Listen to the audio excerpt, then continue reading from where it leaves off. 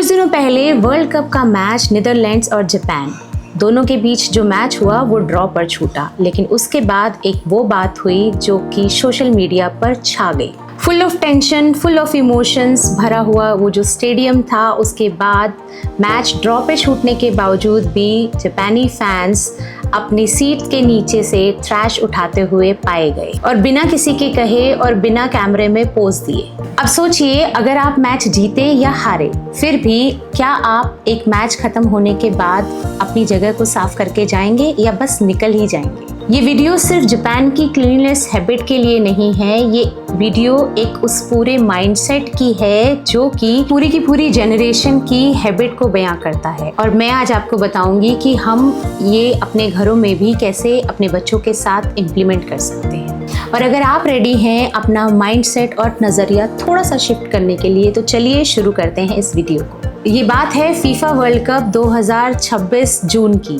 दल्ला stadium में match चल रहा था। जापान का मैच नीदरलैंड के साथ खत्म हुआ 2-2 का ड्रॉ, जिसमें जापान 2 बार पीछे होने के बाद भी कमबैक किया और 88 मिनट में इक्वलाइजर लगा के मैच बराबर किया। मैच के बाद जो हुआ वो सोशल मीडिया पर चर्चा का विषय बन गया और छा गया। जापान के फैन जो कि ब्लू जर्सी में थे, वही ब्लू प्लास्टिक बैग लेकर अपनी सीट्स के नीचे का सारा कचरा उठाते हुए दिखाई दिए। उसमें से कप्स, बॉटल, फूड रैपर, सब कुछ। एक फीमेल फैन ने फीफा के क्रू को बताया कि हम यहाँ पे रिस्पेक्ट शो करने आए हैं, प्लेयर्स के लिए, अपने फेलो फैंस के लिए और स्टेडियम के लिए, and that since they feel honored to be there, they do not want to leave behind a mess। और ये कोई पहली बार नहीं हुआ है। जापान के फैंस ने ये हैबिट मेंटेन की है लगातार 1998 से लेकर। हर वर्ल्ड कप में, इवन जब उनकी टीम हारी, जब वो टूर्नामेंट से बाहर हो गए, फिर भी उन्होंने अपनी सीट्स क्लीन की। और ये सिर्फ फैंस की बात नहीं है, उनके प्लेयर्स भी अपना चेंजिंग रूम इतना ही साफ छोड़ते हैं कि क्लीनिंग स्टाफ को कुछ करना ही नहीं पड़ता। कई बार वो अपनी लोकल लैंग्वेज में एक थैंक यू नोट भी छोड़ जाते हैं। इसके पीछे एक जापानीज कहावत है, तात्सुतोरी अतु निगोसाजु। इसका मतलब होता है कि एक वो बर्ड भी अपने पीछे सब कुछ क्लीन करके छोड़ के जाता है। और ये सिर्फ एक प्रोवर्ब नहीं है, ये एक कहावत नहीं है, ये उससे बहुत ज़्यादा है। ये एक पूरे एक माइंडसेट की कहानी है और जापान के लोगों में ये बचपन से ही बिल्कुल घोल कर पिला दी जाती है। और यहीं पर एक असली माइंडसेट की बात आती है जो मैं आपको समझाना चाहती हूँ। अब यहाँ बात बहुत इंटरेस्टिंग हो जाती है, क्योंकि मैं आपको ये बताना चाहती हूँ कि जापान के स्कूल्स में जनरेटर्स नहीं होते। शायद ये आपने सुना हो। बच्चे खुद अपना क्लासरूम क्लीन करते हैं। इसको कहते हैं सूजी, क्लीनिंग टाइम। लंच के बाद हर रोज 15 से 30 मिनट के लिए बच्चे अपना झाड़ू, अपना क्लॉथ उठाते हैं और अपना क्लासरूम क्लीन करते हैं, हॉल क्लीन करते हैं, वॉशरूम सब साफ करते हैं। और ये खाली सिर्फ छोटे बच्चों की बात नहीं है, वहाँ पर ये एक पूरा कल्चर इसी तरीके से क्लीनिनेस के लिए सिखाया जाता है। और छोटे बच्चे बड़े बच्चों से सीखते हैं। क्लास 6 के बच्चे छोटे बच्चों को, यानी फर्स्ट स्टैंडर्ड या उसके बाद 5th तक के बच्चों को ये सिखाने जाते हैं। यहाँ पर 2 चीज़ें एक साथ सिखाई जाती हैं, रिस्पॉन्सिबिलिटी और मेंटोरशिप। और यहाँ पे एक इम्पॉर्टेंट बात समझिए, वहाँ पे अगर क्लीनिनेस कराई जाती है तो वो एक पनिशमेंट के तौर पे नहीं लिया जाता उसको। इवन हमारे यहाँ और वेस्टर्न कंट्रीज़ में अगर आप स्कूल में क्लीनिंग कराएंगे तो वो एक पनिशमेंट की तरीके से लिया जाता है। लेकिन जापान में ये पूरा का पूरा कैरेक्टर बिल्डिंग की तरह से इसको लिया जाता है। वो सीखते हैं कि जो स्पेस मैं यूज़ करूँगा उसको क्लीन करने की रिस्पॉन्सिबिलिटी भी मेरी ही है, और अगर कोई नहीं करता है तो दूसरा उसको कर देता है एज ए हैबिट। ये वो सीड है जो अभी आपने देखा स्टेडियम में, ये वो सीड है जो घर में, ऑफिस में, वॉकिंग स्ट्रीट पर, कहीं पर भी आप जापान में ये हैबिट पाएंगे। अब मैं आपको बताऊंगी कि जो चीज़ आपको एक क्लीननेस लग रही है वो एक्चुअली एक आइडेंटिटी साइकोलॉजी है। जब कोई बच्चा रोज़ अपने स्पेस को क्लीन करता है तो वो एक उसकी हैबिट डेवलप हो जाती है। वो हैबिट से भी ज़्यादा वो उस जगह में उसके लिए एक बिलीफ हो जाता है कि मैं इस जगह से बिलोंग करता हूँ और इसको साफ करना, इसको क्लीन करना मेरी रिस्पॉन्सिबिलिटी है। ये बिलीफ जब बचपन से घर कर जाती है तो उसके बाद ना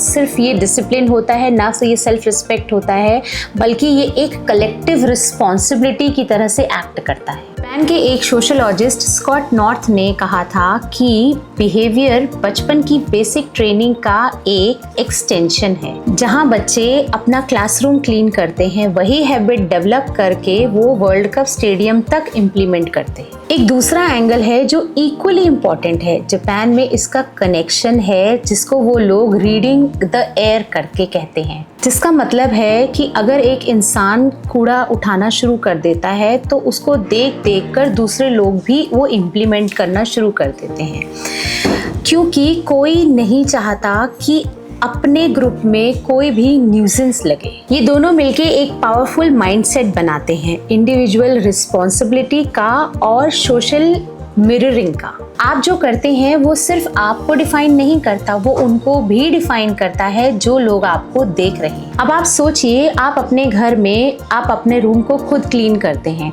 और वही बिहेवियर शिफ्ट होगा आपके बच्चों में, क्योंकि वो भी आपको वो सब करते हुए देख रहे हैं। और वहीं पर अगर आप रोड पर चलते हुए कचरा फेंक देंगे, बच्चे क्या सीखेंगे आपसे? ये एक बहुत बड़ा क्वेश्चन मार्क है हम सब पर, क्योंकि बच्चे हमसे सीखते हैं, वो हमें ऑब्जर्व करके सीखते हैं। और हम मोस्टली हमारे यहाँ पर एक वो कल्चर फॉलो करते हैं कि कैमरा चला तो हमने ट्रैश को उठाना शुरू कर दिया, फ़ोटो खींच के हमने लगाना शुरू कर दिया। ये सब हमको धीरे धीरे करके एक कल्चर की तरफ लेके जाना है। जापान की क्लीनिनेस के लिए ये वीडियो नहीं है, ये वीडियो है हम सब के लिए कि हम भी धीरे धीरे, एक दिन में तो नहीं होगा, लेकिन धीरे धीरे एक कल्चर शिफ्ट की तरफ जाएं जो कि हम क्लीनिनेस अपनी हैबिट में लेकर आएं। सिर्फ घर हमें साफ नहीं करना है, हमें अपनी सोसाइटी भी साफ करनी है। तो इस कल्चर को हम अपने लाइफस्टाइल में कैसे लेकर आएं, हम कैसे लेकर आएं, ये मैं आज आपको बताती हूँ। 3 सिंपल शिफ्ट हैं जो मैं अभी आपको सजेस्ट करूंगी। पहला, अपने बच्चों को ड्यूटी मत दिखाओ, उन्हें ओनरशिप दिखाओ। जब आप कहते हैं कि अपना रूम क्लीन करो क्योंकि मैं कह रही हूँ, वो एक पनिशमेंट की तरह लगता है। जब आप कहते हैं कि ये तुम्हारा स्पेस है, इसको ऐसे रखना जैसे तुम चाहते हो, तो वो करेंगे और यही एक आइडेंटिटी शिफ्ट बन जाता है। दूसरा, खुद मॉडल बनो। बच्चे वही करते हैं जो देखते हैं, ना कि जो उन्हें बोला जाता है। अगर आप गाड़ी में कचरा फेंकेंगे या रोड पे चलते हुए कुछ भी उठा के फेंक देंगे तो पब्लिक में लिटर करते हैं, तो बच्चा वही सीखेगा। चाहे आप उसे कुछ भी बोलें कि ऐसे नहीं करते, वो करेंगे ही। तीसरा, छोटे छोटे क्लीन अप मोमेंट्स को सेलिब्रेट करो। जापान के स्कूल्स में क्लीनिंग के टाइम पे चीयरफुल म्यूजिक बजता है। इसका मतलब होता है रिस्पॉन्सिबिलिटी को हैवी फील नहीं करवाना, उसको एक शेयर्ड, नॉर्मल और इवन जॉयफुल एक्टिविटी बनाना। ये छोटी छोटी बातें नहीं हैं, ये बातें हैं जो आगे जाके डिसाइड करती हैं कि एक बच्चा अपने सराउंडिंग्स को किस तरीके से ट्रीट करेगा। मुझे ये वीडियो बनाते हुए एक बात बार बार याद आई कि डिसिप्लिन कभी भी सिर्फ और सिर्फ रूल्स फॉलो करना नहीं होता, ये उससे बहुत ज़्यादा होता है। डिसिप्लिन का एक फॉर्म ऑफ सेल्फ रिस्पेक्ट है जब आप अपनी जगह, अपना स्पेस, अपना रूम, अपनी कम्युनिटी, अपना सोसाइटी, अपना देश साफ करके चलते हैं, तो वो एक रिस्पॉन्सिबिलिटी का काम करता है। जापान के वो फैंस जो कि इमोशनल मोमेंट में थे और एक टेंस्ड माहौल के बावजूद भी अपने सीट्स के नीचे का कचरा उठाते दिखाई दिए, वो सिर्फ गुड मैनर्स का एग्जाम्पल नहीं दे रहे थे, वो दिखा रहे थे कि उनकी सेल्फ वर्थ किसी मैच पे डिपेंडेंट नहीं है। वो उनकी आइडेंटिटी, उनकी वैल्यूज़ को डिसाइड करते हैं। और अगर आपको ये वीडियो मीनिंगफुल लगी है तो ज़रूर शेयर कीजिएगा, लाइक कीजिएगा। और अगर आप चाहते हैं कि मैं आगे भी ऐसे साइकोलॉजिकल और मीनिंगफुल वीडियोस लाती रहूं तो ज़रूर इस चैनल को सब्सक्राइब कीजिएगा।